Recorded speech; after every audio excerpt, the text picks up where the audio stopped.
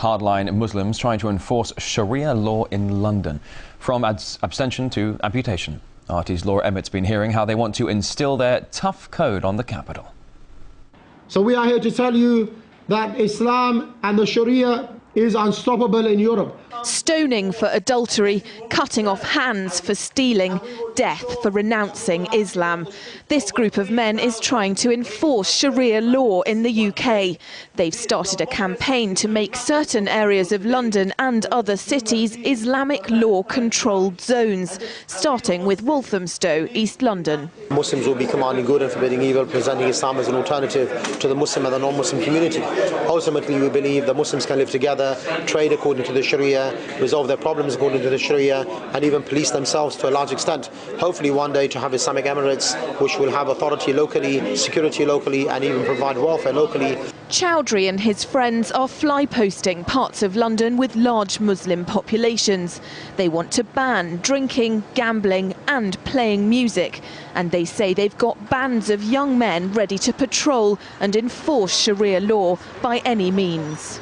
Now, that enforcement will not initially be on the level of inviting and forbidding verbally. But if someone has the capability to forbid what in essentially is something evil, like pornography or prostitution, he should do so. And by that you mean physically? Of course, I believe that there are prostitutes that are near the mosque. They should be run out of the area.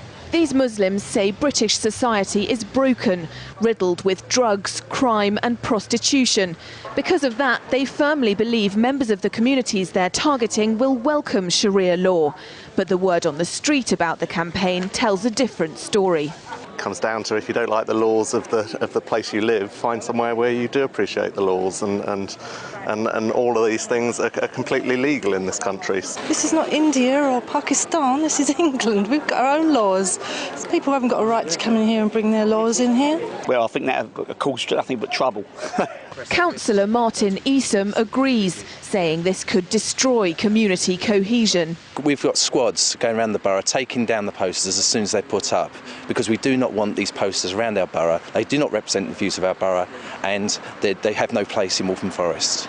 Citizen equality campaigners say the Sharia supporters shouldn't be considered a religious movement, but a far-right political organisation with a poster campaign designed to divide and conquer communities.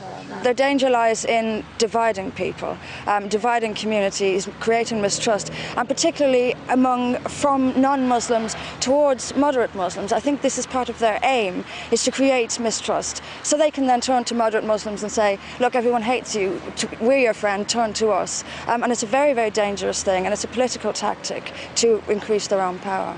Undeterred by opposition, Chowdhury and his group plan what they see as the beginning of an Islamic emirate, not just in the UK, but all over Europe.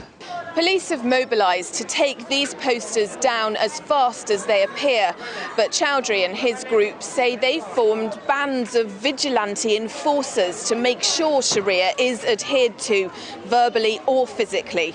And in other parts of London, women have already been harassed for not covering their heads. If these Muslims ever get their way, I won't be able to dress like this on the streets of Walthamstow or many other parts of London, Brussels, Rome and Paris. Laura Emmett, RT, Walthamstow, London.